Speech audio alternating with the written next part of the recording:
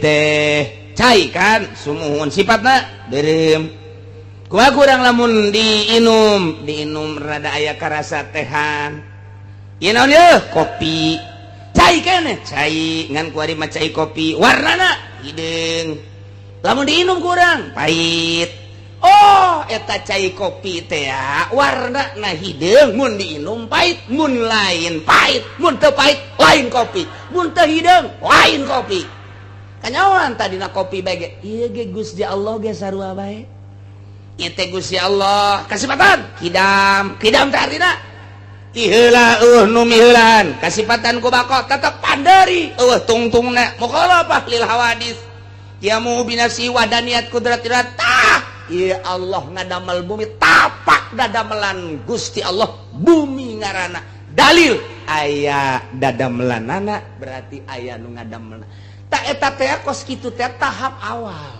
Allahumma ya rafi'ad darajat Allahumma ya rafi'ad darajat Allah. Ayat ieu mengenai perihal seorang manusia nu paling istimewa sahabat anu berpangkat siddiq ialah Sayyidina Abi Bakar Siddiq. Mualaya anu ngalewihan teh Sayyidina Abu Bakar Siddiq radhiyallahu anhu. Lantarannya nama geus teh hitung-hitungan pokona mah anu timbul ti Kangjeng Nabi mah ambus percaya. Geus teu make hitung-hitungan. Kenyataan kepercayaan Sayyidina Abu Bakar Siddiq ketika Kangjeng Nabi di Isra Mi'rajkeun balik Isra titah ngabejakeun begitu Kangjeng Nabi ngajelaskeun ka para sahabat ngajelaskeun ka kaum kadenge ku Abu Jahal coba mad coba aing hayang ngadenge sia keur penting da si mana cenah bejana serem amat coba bejakeun ka aing beja kula keur penting mantes ti kitu ti dieu ti haram ka Aqsa Yerusalem ajo Yerusalem terus ka luhur langit kaula ajo terus ka Sidratul Muntaha terus ya ka dieu balik deui terus cek eta cek Abu Jahal ka mana ya ka dieu ka haram sabaraha jam ya gitulah bangsa 2 jam atawa leuwih saeutik mad Aisyah edan teh sok kajuleuwih kitu kamari mas ya kamari aing masih kena rada endek percaya tapi kuari mah asal leuwih amat ye aing teh leuwih kolot tibatan sia eta ka Aqsa teh ka ditu ka Yerusalem lain lalakon sakedeung ai sia sok nanaonan mad teu beres ya mah dia iya tuh pokoknya mah kitu bae kula coba tandana naon tanda Ugu hayang nanaon cekang itu. Coba ayeuna mah lawang masih dilakso kos kumaha. Kangjeng Nabi rada ngagibeg sakeun. Wah, lawang breh we ku Gusti Allah dibukakeun. Aya mesti dilakso. Oh. Lawangna nu hareup kieu, nu belah gigir kieu, nu belah gigir itu kitu. Coba lawangna sabaraha? Dihitung Kangjeng Nabi di 2 3 sekian lawangna. Tihangna dihitung sekian. Hareupna aya naon? Sia eta nya nama nya cek cenah eta. Sia mah sedang lamun jadi dukun mah. Abu Jahal teh kos kitu. Ge. Coba. Abu Bakar nya ka dia Abu Bakar. Bejaan. Coba Muhammad ieu tas ngalalakon ti Masjidil Aqsa aya ti haram ka Aqsa terus ka luhur langit cenah. Hanya 2 atawa 3 jam bejakeun coba ka Abu Bakar. Percaya apa henteu? Ayo. Bejaan Abu Bakar. Naon? Teu nyaho ieu rame-rame kabar naon? Muhammad keur penting mantes lalakon ti mana? Ti haram ka Aqsa terus ti Aqsa ka luhur langit ka Sidratil Muntaha. Juk cenah kapanggih jeung Gusti Allah dibere instruksi ti ditu ku Gusti Allah aju balik deui ka dieu. Tadi ta meme subuh. Juk eta teh lalakon ngan 2 atawa 3 jam kumaha tah Abu Bakar percaya teu leuwih ti eta mun Muhammad nu ngalaksanakeun percaya titiknya sama leuwih ti eta ge lamun Muhammad anu ngomongna aing mah percaya bae geus lamun salian Muhammad ge heula ge tah eta teh kan pohara geus sebentak eta lah gelar siddiq geus teu make tawar-tawar deui masyaallah. Urang mah kuari magi geus contoh Abu Bakar, contoh Sina Umar, contoh Sina Utsman, contoh Sidina Ali, contoh para wali ulama dek pengen ngomongkeun hukum masih ngagigeg keneh bae.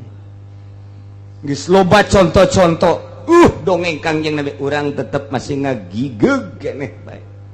Masih hayang keneh bae. Dikurangan teh hayang keneh bae. Mun kieu mah nyatanya bener tah kitu sih eta kredit bisa diharamkeun nya. Hayang aja teu arti. Masih kena jaritakeun kredit haram can kahartikeun patogeun habak mongkos. Togeun teh mongkos kitu mah. Ya Allah, eta teh Quran, eta teh ucapan Kangjeng di kabelah dieuna. Atuh kadanan teh Sina Abu Bakar mah. Atuh urang merenung-merenung heula naju jelaskeun. Gur Abu Bakar mah geus can kaharti cara. Lamun Muhammad nu ngomongna leuwih teh eta percaya aing mah titik. Paneta geus anggeus-anggeusan. Tuh begitu Sayyidina Abu Bakar Siddiq terus imanna mantep jasa nuturkeun Kangjeng Nabi. Di antarana putra nama nu ngaran Abdurrahman. Nah, masih keneh kafir. Nu ngaran Abdurrahman masih keneh kafir. Cek anakna bah. Asana abah haju lain deui kuari. Nutur-nutur Muhammad ibadah kana teu kadeuleu. Urang ibadah anu kadeuleu ge kos kieu komo anu teu kadeuleu. Ipan pangeran urang sakitu gedena, sakitu hebatna kadeuleu ku urang, karagap ku urang. Haju abah kuari ninggalkeun pangeran eta lah, cak kula mah kula sebagai anak nganasehatan ka abah maningan nyembah patung deui bae, urang babarengan ulah nyembah kanu teu kadeuleu.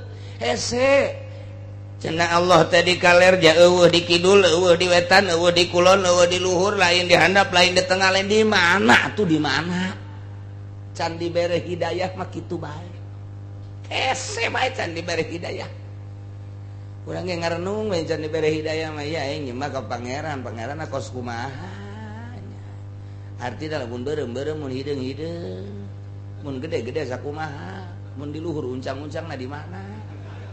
Coba kuntil anak atuh nu kos kitu mah. Teu ngaji mah kos kitu kabeh ge teu ngaji mah. Tah nu mantep urang ngaji ge supaya mantep iman urang ka Gusti Allah. Supaya istimewa iman urang ka Gusti Allah. Ngaji moal bisa atuh teu ngaji mah. Nyaritakeun pangeran ngaji henteu.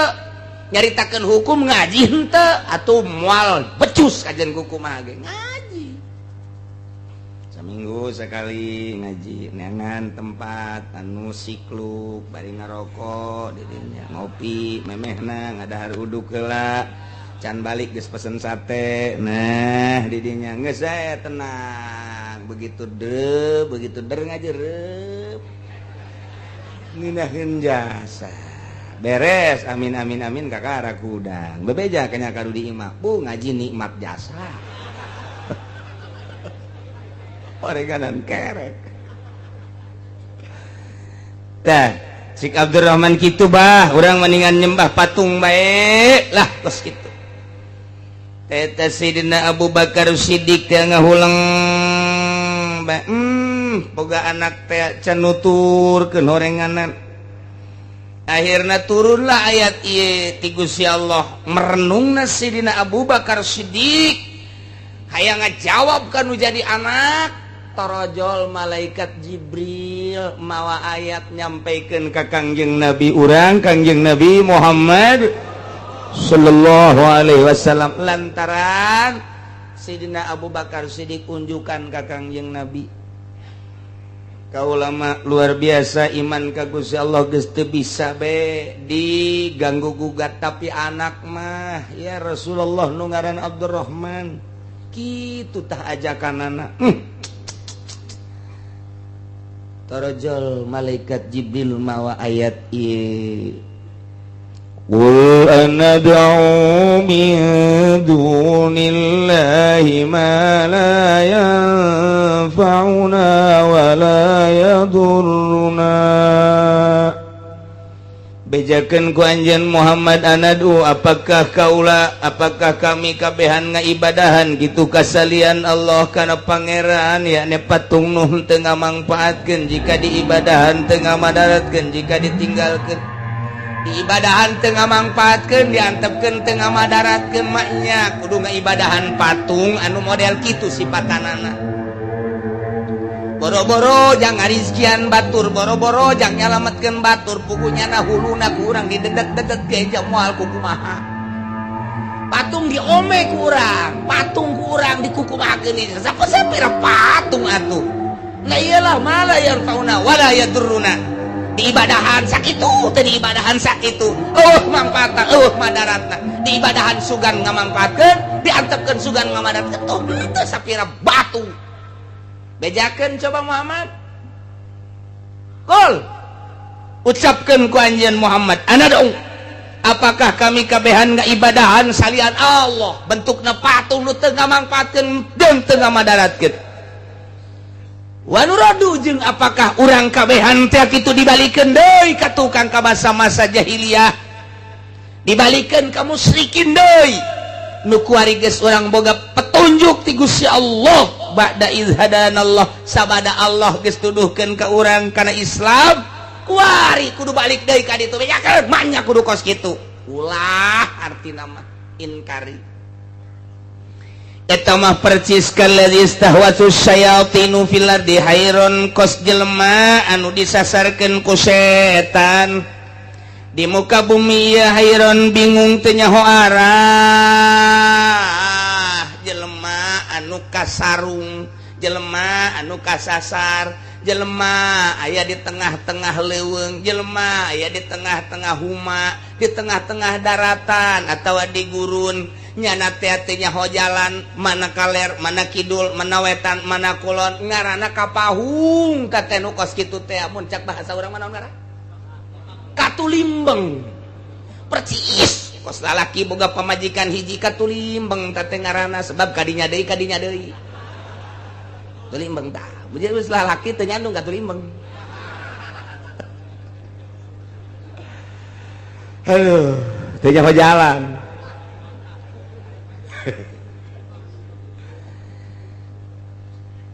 Ege cokolot baheula lamun urang katulimbeng di tengah-tengah leuweung atau di tengah-tengah daratan cekel kanjut.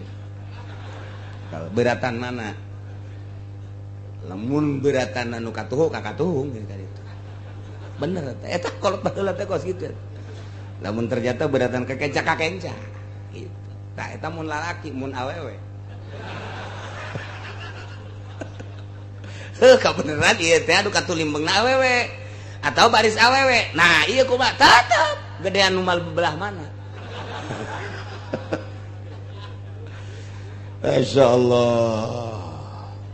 Jelema kasarung jelema katulimbeng jelema disasarkeun ku setan teu nyaho arah tah lamun jelema balik deui cek Sidina Abu Bakar Siddiq bahaya ieu kudu ngaibadahan ka patung bahaya kudu balik deui ka alam-alam musyrikin baheula. Ieu mah kos jelema anu dipapaesan ku setan, anu dimodik ku setan, anu kitu disasarkeun ku setan sehingga teu nyaho jalan. Bahaya. Padahal mamanehanana boga babaturan lahu asabu yadaunahu ilal huda. Boga babaturan anu dudukeun kana pituduhnya na ngaromong babaturanana itina ye ka dieu ye jalan nu bener mah ka dieu ye jalan nu bener mah cek babaturanana hei ulah ka dinya salah tama jalan nu bener mah ka dieu tetep dibere jalan nu bener embung bae. Zaid Aisyah deka mana neuk ka Serang kasarang nek jalan ke mana? Tetap aing mah ka dieu mah karangkas ka ditunda atuh ka Sukabumi. Ya ka Serang mah ye ka dieu teh sat atawa jalan ka dieu mengkol kanan ka ditu. Salah tah mau datang ka Serang. Ieu mah ka ditu mah atuh karangkas betung ka ditu mah. sia kumaha kumaha aing bae pokona cak aing ka dieu ka Serang mah atuh datang ka ieu ge moal datang bisa ka Lampung ge moal datang tah mah ka ditu ka dieu ka Sukabumi bener ka ditu ka Garut bisa ka ditu itina ka dieu cak babaturanna ieu nu bener mah ieu agama Islam ieu tetep nyana teu daekeun nuturkeun babaturan anu balalener da ieu jelema kapahung ngaranna kasarung katulimbang teteh Aisyah tuh iya kunaon kikieun bae ieu lalakon hirup aing mah sakadar nuduhkeun bae ulah sok judi bae sia nu judi pertama motor bae judi kadua kali mobil ku sia digadekeun judi katilu kali ieu imah sertifikatna geus digadekeun geus bebeakan pan sia ieu aing mah ngabejana ulah sok judi ieu sia lamun sakali di judi eleh mana nu digadekeun pamajikan emang pamajikan nu siapa nu bapana bego sia mangan hak pake doang eta kumaha teh jelema dituduhkeun teh ulah sok judi bae sakata limbang tetep bae kadinya degan lah loba omong sia-sia aing sia kunaon mabok bae atuh kos eueuh deui inumeun bae ya Allah ya Rabbi sia teh kunaon bir malulu bir deui mensen deui tuh deuleu tuh hayang sakubaga kopi tuh sia tuh saember ya los malana lah kos kitu mah teu happy waduh masyaallah dituduhkeun eta mah haram tambah minuman kos kitu mah geus paling kita ieu bae tuh Sprite atuh ieu bae ieu tah Fanta ai endek mah sia tah ulah make minuman kos alah tidak menghayal minuman kos kitu mah hayang aing dituduhkeun tah mah haram neraka galak geus neraka buah pamoyang sia bae teu bisa dituduhkeun tah eta ngaranna kapahung katulimbeng jelema katulimbeng dekawin ge sarua bae sia dekawin mana pemajikan sia cak bapana teh calon pemajikan itu bah masyaallah ceng abah makarunya ka aceng meunang ngadidik abah hartina wasilah disakolakeun ku abah dipasantrenkeun sia mudirun ge aduh tah ieu sia aya tah didikan pasantren mudirun sia saeutik mah atuh milih pi pamajikanna aja aing mah garila emang kunaon gitu bah atuh masyaallah dadana kos eueuh pakaian bae ping-ping diumbar ka mamana aju bujal eta kadeulean gitu atuh abah ge resep sebenarnya mah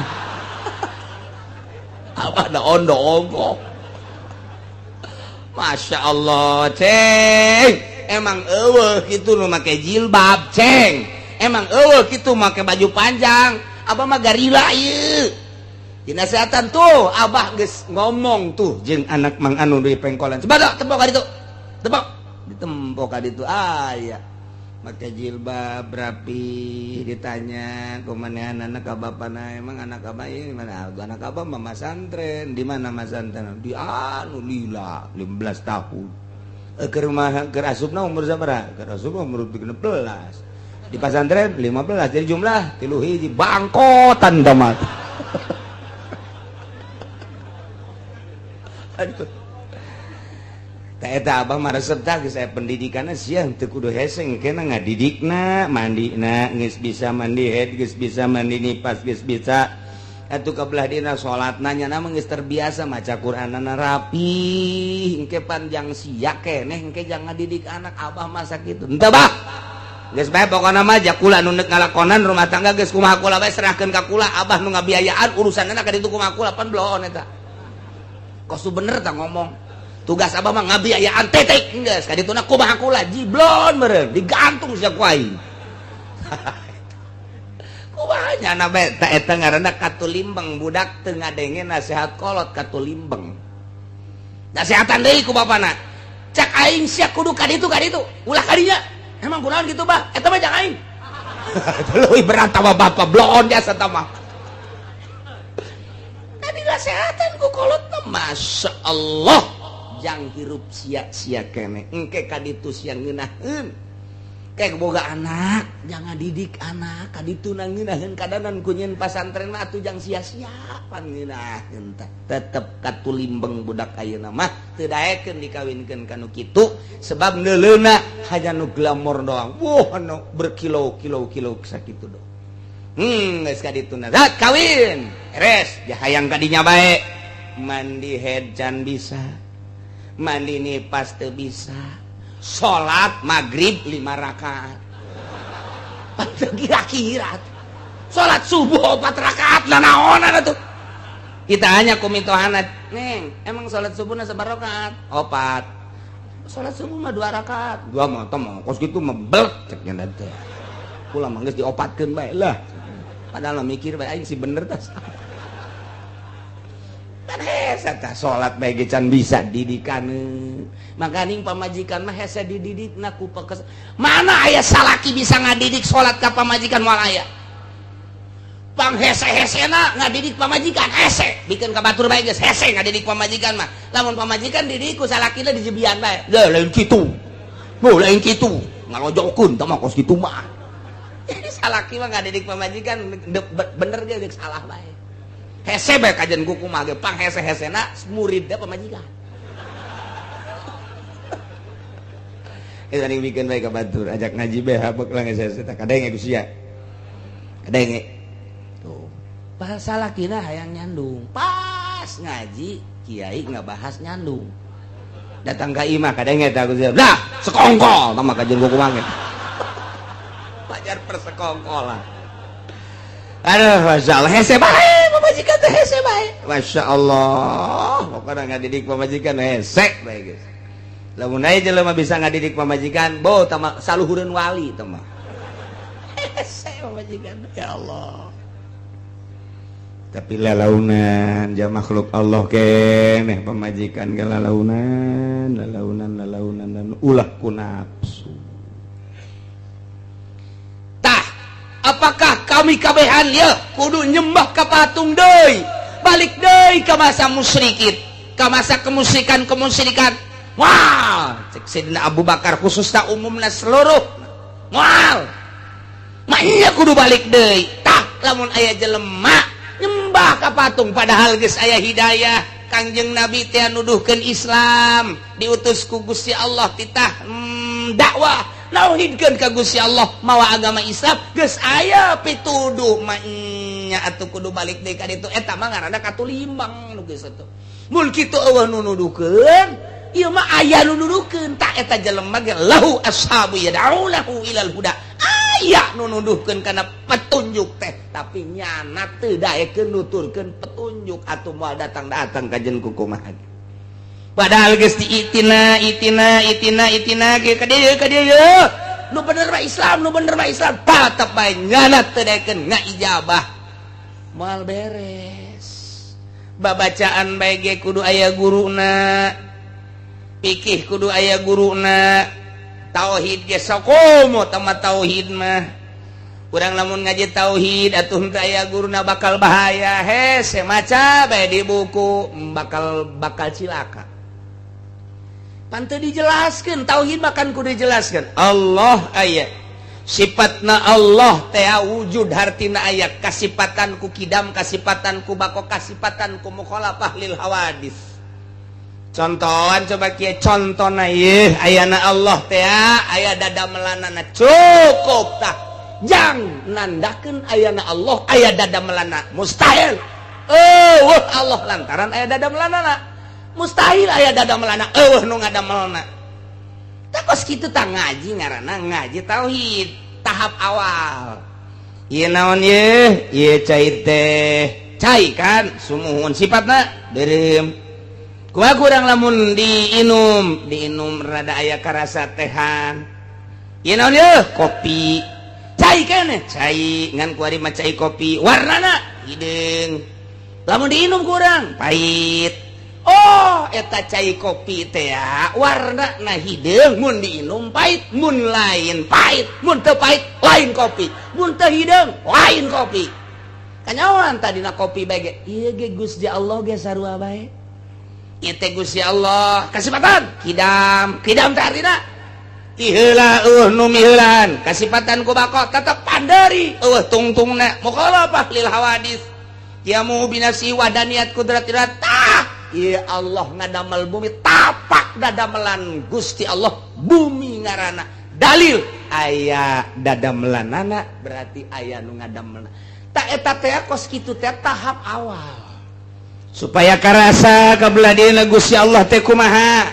naik kurang tauhidna sok make tahapan kedua naik tauhidna make tahapan katilu puncakna make hikam tak kos kitu ngaji tauhid teh supaya orang karasa lantaran Kangjeng Nabi teh kan tilu dakwah teh hiji Islam dua iman nomor katilu ihsan iman geus jelas Islam kitabna geus jelas tumpuk ihsan ma anta budallah ka annaka tarah wa illam takun tarah ka annahu yara berarti boga rasa didelekeun tah supaya boga rasa di lain eta bae rasa didelekeun rasa didengekeun rasa digerakeun rasa diperhatikeun eta mah ngan sakadar contoh doang anta budallah ka annaka tarah wa illam takun tarah ka annahu yara eta mah hiji ka ditu nama asa didengekeun asa didelekeun asa diperhatikeun asa diintip bae ku Gusti Allah perasaan eta asa dirizkian ku Gusti Allah boga rasa eta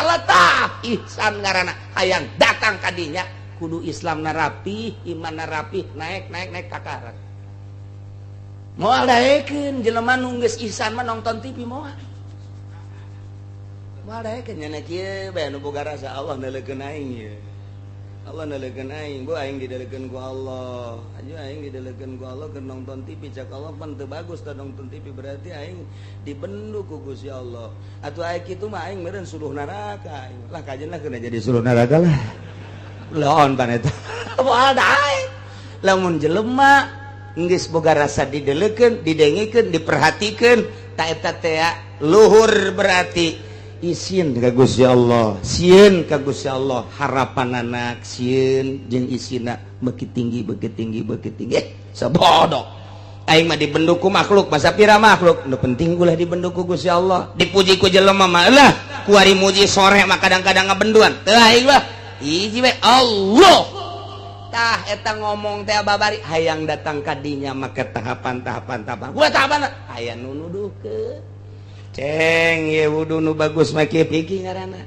ceng salat nu bagus mah kieu ye pikih ngaranna sok dek make riyad dek make takrib dek make fatul muin kuadituna make raudhah make tuhfah niaya silakan tak jang Islam kuari iman mulai tina iman urang lalagaan heula make lisan kabelah ditunya nyentuh kabelah hatepan iman mah bagian akidah batin berarti terus dituntun kudu aya guru kabelah dituna urang endek zikir kudu boga guruna guru nu mursyid sing hade kudu nu nyahoeun guruna teh kana tentang nafsu nu aya di awak urang abeh engke nafsu tah ieu nafsuna piceun tah ieu ayakeun salah lain sakadar zikir tah zikir nama aja babari atuh asal dereng zikir cauna gede panjang cauna saeutik pendek jelema susah zikirna 10 bae dinu sugih loba zikirna pan bloon eta kos kitu nah lain zikir kos kituna tetapi ieu melakeun zikir di hiji jelema supaya mantep zikir teh supaya jadi zikir teh artina jadi teh kumaha jadi tetengger engkena mun haram bae halal bae wajib bae kudu kumaha teh melakeun zikir teh supaya ulah resep kana dunia aya zikiran bae di jero hate ieu mah pan zikir teh jang neangan dunia gelar zikir nasional, gelar zikir berjamaah maksudnya supaya dunia supaya penghormatan supaya zikir hiji Allah lobaan Allah sorangan Allah supaya datang kadinya anta budak ka annaka tarah wa illam takun tarah ka annahu yarah supaya datang kadinya kudu boga guru daya nu nuduhkeun nah ieu jelema kapahung jelema teh ieu teh katulimbang lamun geus aya nu nuduhkeun embung dituduhkeun katulimbang berarti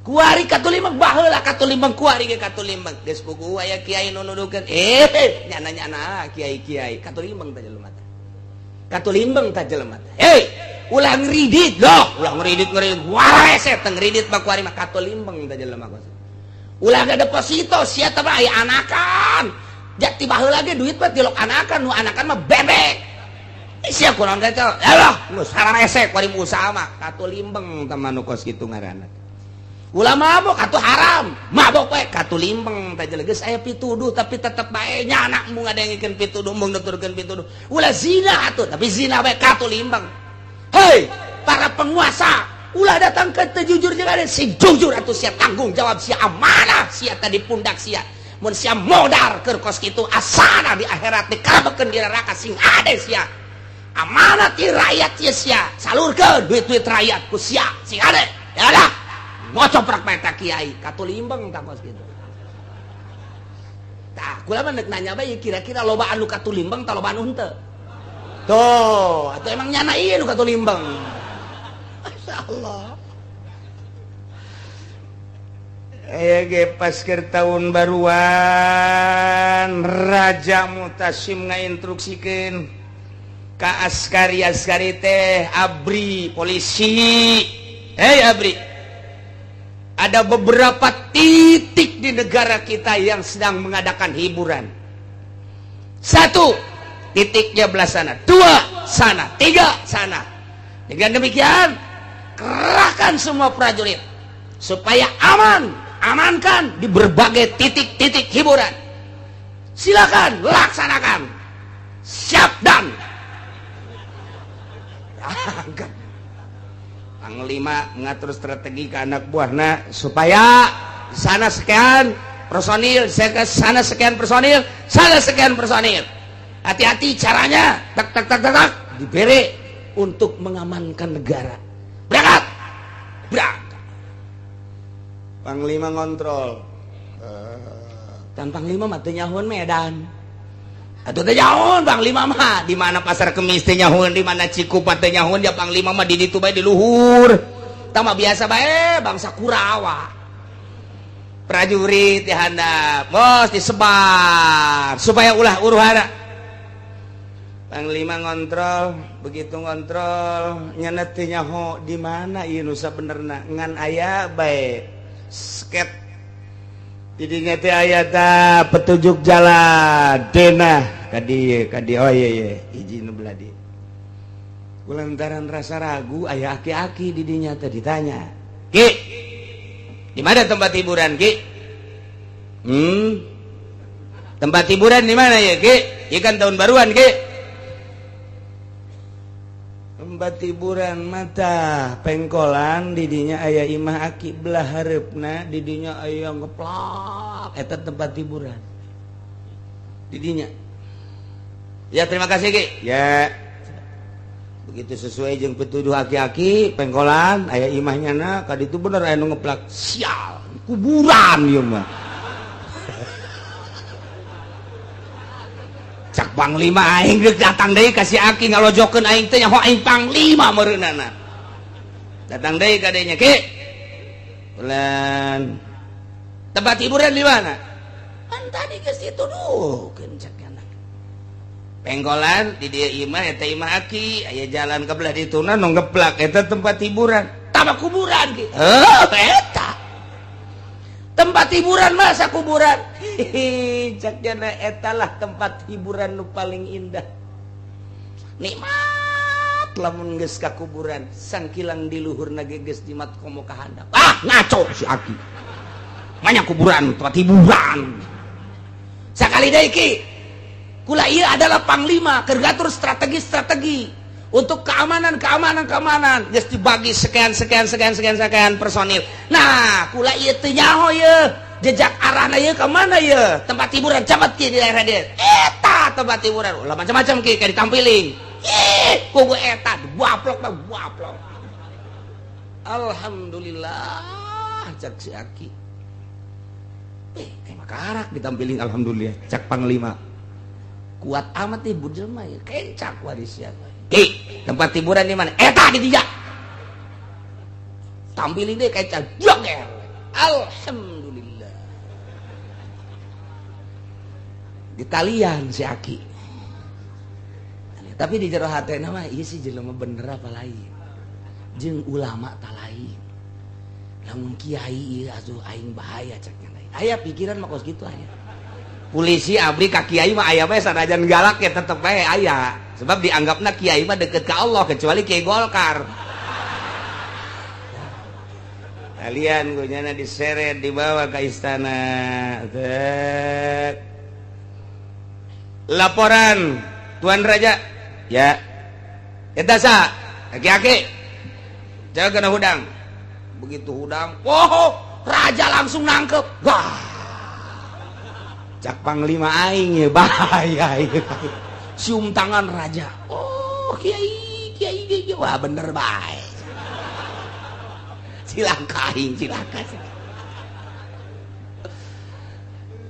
Cek Tuan Raja, buka. Tuh, bener. Asana nasib aing mah ieu mah geus diturunkeun ka jero. Dibuka, dihormat ku Tuan Raja, didiukeunana di tempat tamu anu istimewa. Wah, tempat tamu naon gitu penggede nyana di luar kieu nasib asana aing mah kumaha meureun. Aduh, tapi pan aing mah nu jelas mandek laporan bae ke Tuan Raja. Dan dek mangga Tuan Raja. Nyaho teh ieu? Henteu. Ieu Kiai Ibrahim bin Adham. Kiai di negara urang teh ieu.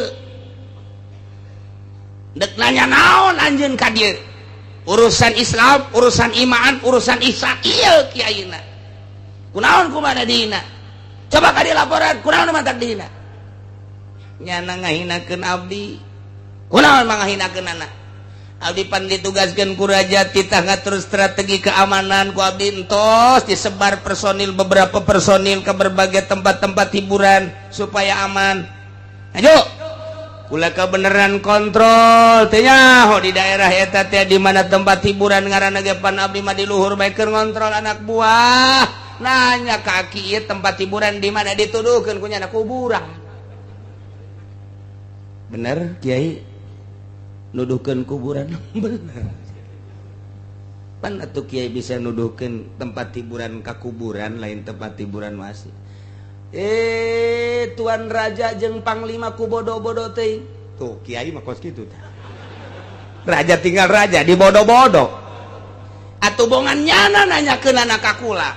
Sedangkan kula mah pan umur teh geus kolot. Hiburan jelema geus kolot mah ieu adalah kuburan. Lamun aya jelema geus kolot pasti luntak-lentok ka tempat hiburan lain kuburan, kata lain jelema jurig do kos kitu mah. Kayak geus stop. Acak-acakan ya urusan dia cek. Ibrahim bin Adham Mas. Aya nanya hiburan ka budak ngora. Kanu teh nyaho kaler kidul, jelema anu kasarung, jelema katulimbang tanyakeun. Lamun jelema nanya ka jelema nu teu katulimbang pasti nanyakan tempat hiburan kuburan. Tah Panglima ieu hiburan geus kudu di kuburan. Raja hiburan geus kudu di kuburan. Nyos ya. Aduh, Dan amankeun Dan.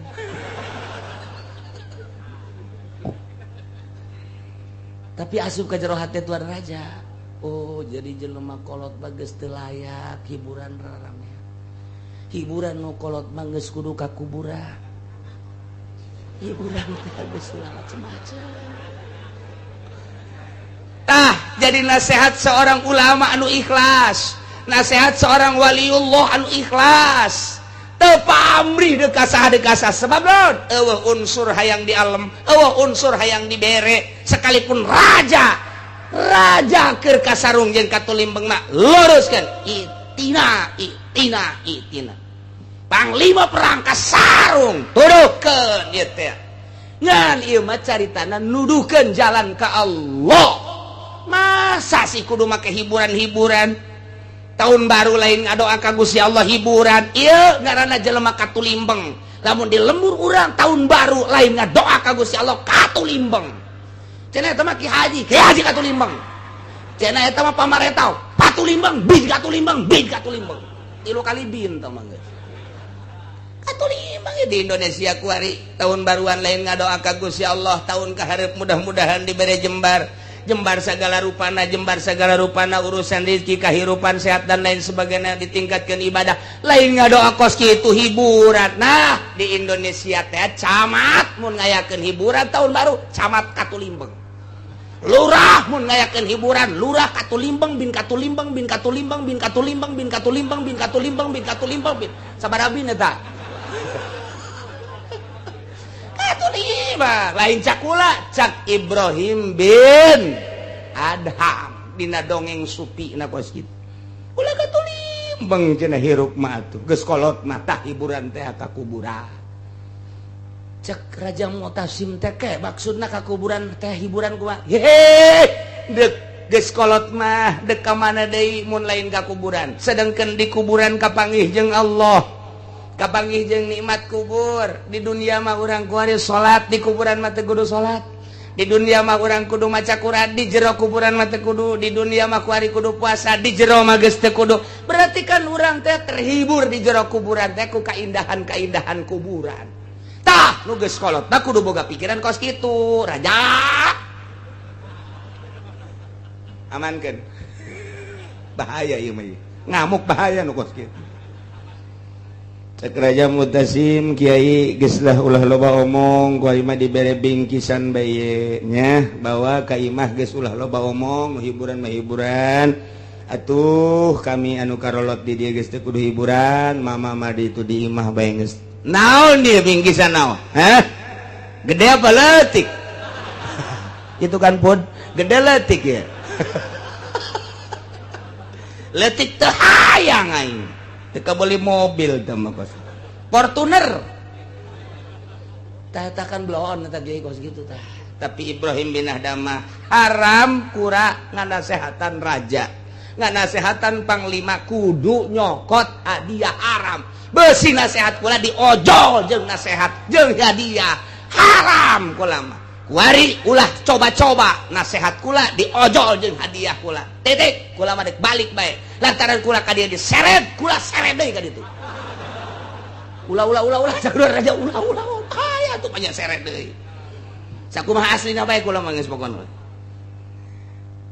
teu ieu mah nek dibawakeun kuda nu pang bagusna dianterkeun ka panglima sadiakeun kuda teu hayang lantaran ngahormat teh kuari teh lain ti awal sebab kuari mah geus jauh bahwa ieu teh kudu dihormat ai kitu mah berarti rakyat teh rakyat lu teh dikayohkeun ku raja mah tilok dihormat raja bloon wah malik deui bae ka aing mau dek kahormat dek nu wau ngaran-ngaran raja hormat tuh kos kitu mah ieu bagus kanyawang karak dihormat dek kanyawang teu dihormat atur rakyat nu sejen meureun bahaya gas cak raja geus cak raja tuh gara-gara sia si panglima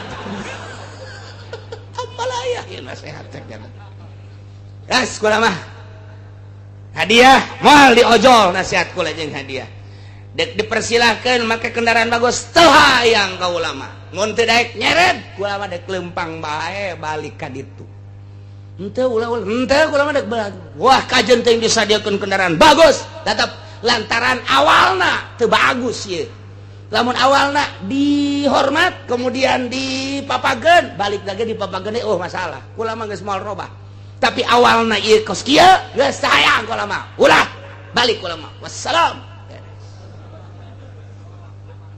tinggal raja bajeng panir sia-sia cia tuh kula bantu ya di jalan kapanggih deui jeung wakil panglima stop berani jelema cumplang-campling kieu ka istana mah teu meunang didatangan ku jelema cumplang-campling kieu kudu nu make bintang minimal bintang 7 puyang-puyang sia nya nama cicing saya abdi hamba Allah aya ngaranan sa hamba Allah bae sakali deui awas sakali deui awas hiji dua katilu teu ngajawab nu bener lista maja utama sikap teu nyaho ye wakil panglima saya abdi hamba Allah talian deui Kalian diseret di ke istana. Lapor. Ya, cek Tuan Raja. Abdi mau sakitan. Sahaya teu beres si jelema. Coba udangkeun, begitu datang. Yo, kiai deui bae. Cak Panglima sia. Ka wakil kunaon diseret eta? Emang kunaon? Kakarak balik ti dieu, nang nyeret aing.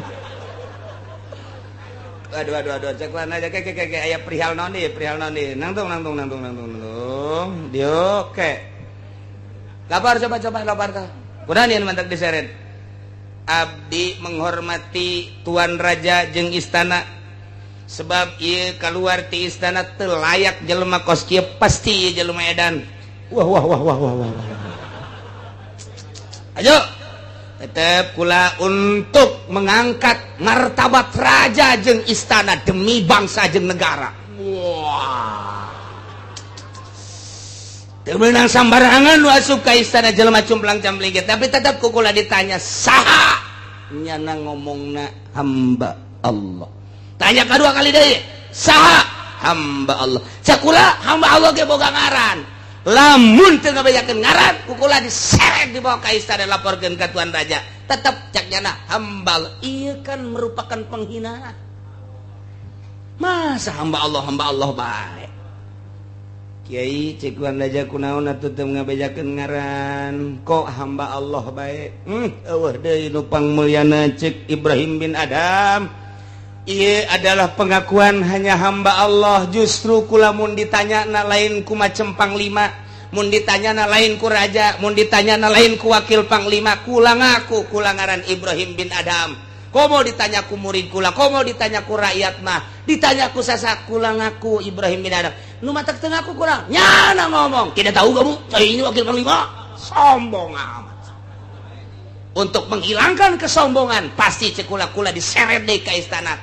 Titip cek Ibrahim bin Adam.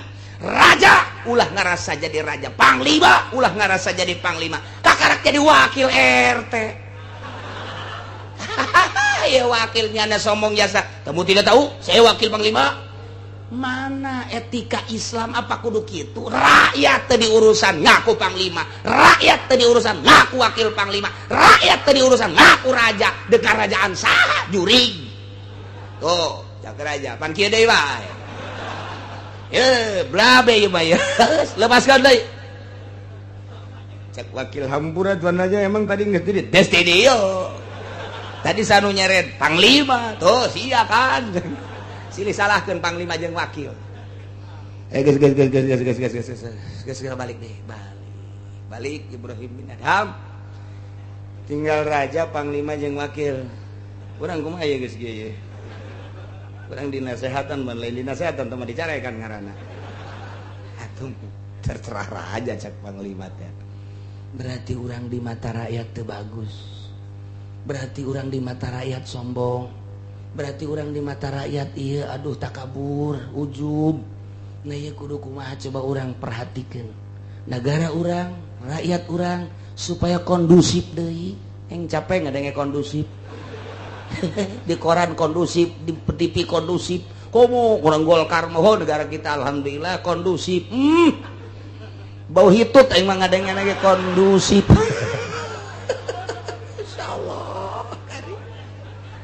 Ayolah gara-gara tahun baru seperti eta instruksi Raja Mutasib. Wahai panglima, wahai para penggawa, tidak terkecuali hentikan semua itu naon hiburan-hiburan, ganti dengan zikir, ganti dengan doa. Tidak terkecuali baik muslim maupun non muslim, sebab negara orang negara Islam. Hentikan hiburan, ganti doa bersama. Kakarak, rakyat luar biasa menyambut instruksi raja. Urang mah ulah jauh presiden heulanana tuh bupati-bupati, jangan milih ente pan. Nyaputnya mahal kan eta, nebusna maka sabaraha duit. Coba tuh nasehatan bupati anyar cek urang. Coba kita doa bersama, hiburan hentikan. tek celi anjing datang gadaykeun celi kula mah ulah tuh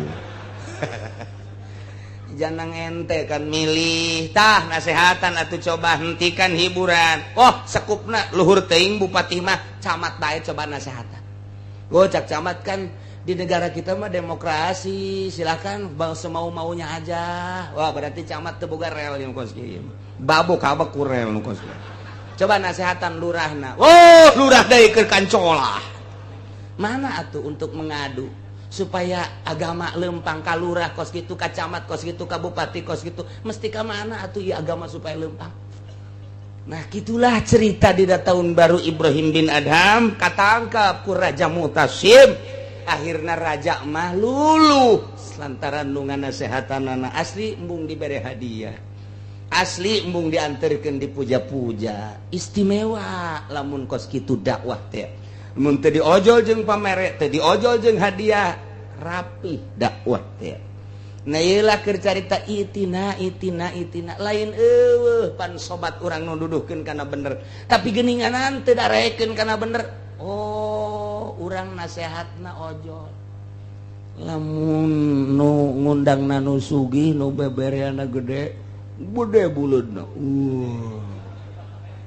lamun anu ngundang ka daerah mana ye daerah anu mah malah maka dinya mah keur ieu ge 200.000 na naonan beak tekor atuh aing tak mal narima deui dakwah naon teh kos kitu teh nah ieulah di negara urang teh brok teh geus timimiti pedagang pemerintah nomor 1 pedagang petani brok ka kiai-kiaina brok kabeh tapi urang masih aya kesempatan ja Allah mah maha gopur narima soteh kapan kanu loba dosa urang sadar bahwa di diri urang loba salah loba dosa pemerintah sadar ku dosana pedagang sadar ku dosana petani sadar ku dosana karyawan sadar ku dosana kiai santri sadar ku dosana mantak naon urang mulai lembaran baru di tahun baru urang mulai lembaran baru dimimitian ku doa ka Gusti Allah supaya hirup urang di tahun ieu leuwih bagus tibatan tahun nu kamari mantak naon amin endek moal sia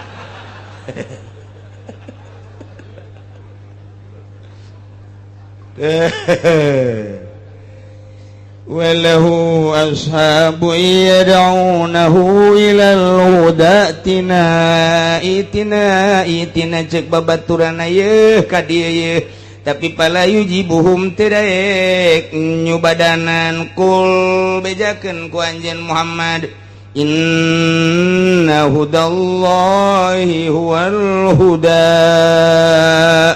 sanyana pituduh Allah yane agama Islam eta la pituduh anu bener wa madahu dhalalun salian Islam masasar di zaman Kangjeng Nabi urang kuari Kangjeng Nabi Muhammad ieu adalah huda nu asli mah wal huda adalah agama Islam Kristen dolal Yahudi dolal Protestan dolal Katolik dolal Konghucu dolal selain daripada Islam mah wal huda ialah Islam selain Islam dolal sasar salah urang mah alhamdulillahirabbil alamin wa umirna linuslima lirabbil alamin jeung diparentah urang kabehan supaya urang nurut pasrah ka Allah sebagai pangeran alam kabeh bisa wa urang umirna diparentah urang sadaya ay aslimu sing narurut marane kabeh salaladar marane kabeh pasrah li rabbil alamin nomor kahiji nomor kadua wa nakimu supaya akur dimodif linus lima ay aslimu kahiji nomor kadua bi anakimu sholat supaya ranjen ngalaksanakeun salat wattaku jeung kudu sadarieueun ranjen kabeh ka Gusti Allah wa huwallazi ilaihi tusyarun Gusti Allah teh nu bakal ngumpulkeun ka urang kabehan ke bakal digiring ka mahsyar tempat kumpul dihijikan maksudna lil hisabrek dihisab dirang bakal ditanya umur sabaraha urang dipake naon eta umur salira di dunia urang boga harta dikamanakeun eta harta urang salira di dunia nyokotna ngalana ngahasilkeun meunang ti mana digunakeun ka mana nu boga ilmu bakal dihisab ilmuna sia dibere ilmu digunakeun ka mana eta ilmuna dipake nuduhkeun ka aing apa dipake di dunia iyalah nu bakal dihisab kabelah ditunang ke mata orang diperbandingkan ciri orang diperbandingkan antara bener jeung salahna sungut orang irung orang kabeh awak kurang nah iya bakal dihisab engke iyalah wa ilaihi wa huwa alladzi ilaihi tuhsyarun komo lamun aya indung keneh mah ya nek makolotna nisbat di budak maka makolotnakeun ka bapa kolotnakeun ka mamangna atawa kasaha bae anu teu ka mamana ulah dibabawa dagang anak mah lantaran anak dibabawa dagang kabet teu meunang boro-boro dibabawa dagang dibabawa ngaji ge anak mah ulah ngaji ge lain ngajina naon ieu bapana magahan ngaji di musola anakna leutik keneh ulah dibabawa kabet atau pengajian di majelis talim anu anakna leutik keneh ulah dibabawa kabet mal bisa nyandung ongko gangguan anak teu meunang kabet ulah dibabawa eta teh anak tekosip eta saparna sapar hajat kumaha saparnak lah nih lamun saparnak lah macek tadi palabu awala bisyarti amni tarikihi wal baladil maksud bapana ndek pindah ti Jawa Tengah ka Jawa Barat eta anak dek pindah makna mah pante di Jawa Tengah bae bapana dek pindah bawa ku bapa lantaran eta mah pindah butuh kana pendidikan butuh kana pulasara butuh kana kitu aturan-aturan jang masa depanna nah ieu bawa ku bapana fal abu aula asal di jalanna aman di negara anu dipake pipindahanana aman asalna di Indonesia di ka Malaysia bapana teh eta teh pindah ke Malaysia eta teh bawa anakna masyaallah kuari mah boro-boro anak pemajikan ge teu di Bararawa urang Korea kawin jeung urang Subang jeung urang Subang aju urang Korea na balik ka Korea ieu pan pamajikanana ieu di Subang ditinggalkeun geus 3 tahun geus 4 tahun telepon teu nyambung napakah zahir batin eueuh eta teh dibawa dihubungi ka ditu eueuh bae tah eta nu kos kitu bae hese jasa de kawin deui na di Indonesia sedengkeun jelema susah pan eta teh can ditolak pasal nama can ditolak teh negara antar negara nu kudu ngaberesan nu kos kitu teh teu bisaeun di Indonesia lupa teh ka kiai bae ai ka kiai pan mawana ngan jeruk hasem doang beres bae sih ku kiai nama oh masalah di deuleu ku kiai mah oh jageulis geus bakal mamana kiai tarolol tuh kos kitu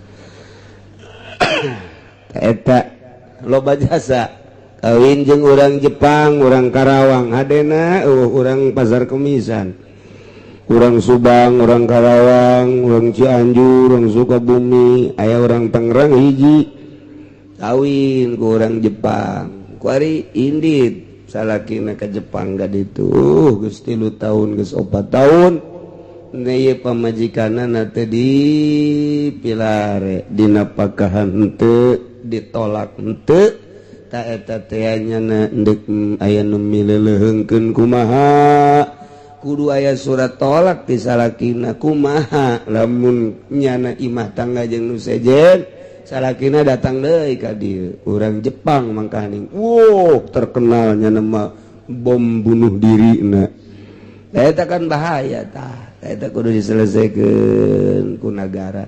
Insyaallah teu bisaeun tah negara urang nyelesaikan kos kitu teh teu bisaeun. Sebab eueuh duitan. Jelema nu deuk diuruskeun sapira awewe susah. Dipenta boro-boro 5 sampai 10 juta. Boro-boro pugu dahar ge ku harita ngahutang. Teh dibereskeun ku urang teh lompat deui ka kiai bagi-bagi ceurik. Ceurik di rumah kiai. Mantak sakapeung hayang jadi presiden kaberes-bereskeun nu kitu bae tah. Eta teh kitu loba jasa tah. Masyaallah. Nah, ieu Indonesia, orang Indonesia pindah ke Malaysia, boga anak bawa ke ditu. Nek pindah ke Thailand, bawa. Nek pindah ke Korea, bawa. Atuh ke ditu, asal aman bae di dituna. Mun kitu mah nek pindah ke Libya, ulah dibawa budak. Bisi katembak engke di Libya, ulah waka dibawa teh mah. Takuarima wa maharimul asobati fi hadza kalabi mahram nu ngasobah dina masalah urusan sapar. Kebenaran dina saparna teh adalah saparna sapar hajat. Kumaha lamun bapana ayeuna kitu ndek sapar sapanna sapar hajat ulah dibawa. Na ayeuna bapana geus eueuh budakna teh aya di mahramna, mahram anu ngaasobah. Mahram nu ngaasobah mah artina di mana eueuh bapana ya saha anu bakal ngaasobah. Bapak kolotna ya ne bapana bapa eta ngaasobah termasuk kana dulurna eta adalah ngaasobah. Bapak kolot dulur mamang eta ngaasobah mun eueuh sasa nyana meunang bagianana. Eta dina urusan zapar naklah ieu zapar naklah teh zapar pindah. Sekajengan musanib maharimul asobah kalabi mahram nu ngaasobah kas bapa bae geus dina pengurusan budak teh dibikeun ku ari maka bapa kolotna. Mun eueuh bapa kolotna bikeun ka dulurna, mun eueuh dulur nu saindung sa bapa bikeun ka mamangna, dan selanjutna teh eta lah nu ngaasobah eta sarua bae kos kitu. Lantarannya na bakal mika dedeh mikanya eueuh bapak aya bapak kolotna. Bapak kolot teh nyaaheun kanu jadi incuna. Eueuh bapak kolotna dulur saindung sa bapak. Eta alo berarti ngurusan alo pastinya aheun atawa ngurusan suan pastinya aheun kajen kukumaha. Eueuh aya ge mamang na rada laer setik. Mamang mah berarti adikna abahna. Mamang nisbat di budak. Paman teh ge sarua bakal mikanya sanajan rada laer eta teh ngaasobah. Mun eueuh bapa, mun eueuh bapa kolot, mun eueuh dulur maot panu ngawaris mamangna. Kitu keneh dina pengurusan budak ge di ka mamangkeun. Wa kaza Ibnu Amin gitu kene ogos bapak Ibnu Amin anak lalaki ti mamang anakna kuari idakarin pikeun ngurusan anak lalaki baik-baik. Anak mamang pan ari anak mamang mah batal wudu jeung eta budak. Anak mamang teh berarti ieu meunang kawin. Lantaran adik jeung kakak kan menang bebesanan. Adik jeung kakak menang bebesanan. Kuari anak adikna nu ngurusan bapana eueuh, nu ngurusan bapak kolotna eueuh, nu endek ngurusan atuh kitu mamangna ge eueuh. Aya ge anak mamang pan anak mamang mah meunang ngawin tah. Mun teh mah nu hiji lalaki nu hiji awewe. Kuariba lamun papada lalaki diurusan ku anak mamang teu naon. kumaha lamun ngurusanana ieu di urusanana awewe wala yuta unsan anak mamang ulah dibere ngurusan alokna taswan atawa anak adikna papada gitu ngaranna papada anak lamun memang ieu awewe ulah lantaran batal wudu atuh anak adina diurusan ku anak kakakna ta eta teh batal wudu ima dititipkeun di ima sakumaha kamari wa ima lamun dek beberangkatan dibawana ia adalah ku anak kakakna anak mamang berarti nisbat tim budak mah ta eta teh teu meunang lamun awewe mah kumaha lamun engkena kitu kabelah dituna bisa saimah rejeng lamun saimah rejeng bisa sakamar rejeng nyawa sorangan ban lamun geus sakamar rejeng mah tuh sakamar rejeng geus teu bisa dicaritakeun cadengkeun pan ieu mah tuh batal wudu mentak teu meunang dibikeun tapi lamun aya nu ngabarengan mah anak awewena fa in rafaqat subintuhu sulima ilaiha lamun aya nu ngabarengan mah ka eta anak mamangna anak awewena dibarengan ku anak awewena silakeun papada awewe andai kata ieu budak teh erek dibawa pindahna ku anak mamangna kabeneran anak mamangna ieu adalah awewe henteu naon papada awewe mah sanajan nyana batal wudu lantaran awewe jauh kemungkinan kana kholwahna mentek teu naon geus kira-kira bakal aman mangga kira-kira teu bakal aman model tadi lantaran batal wudu kemudian ieu lain sajinis itu mah lalaki ieu mah awewe tetap baik teu meunang lantaran bahaya. Itulah caritaan masalah gitu pengurusan tentang budak anu can mandiri. Paslun wallahu a'lam bishawab.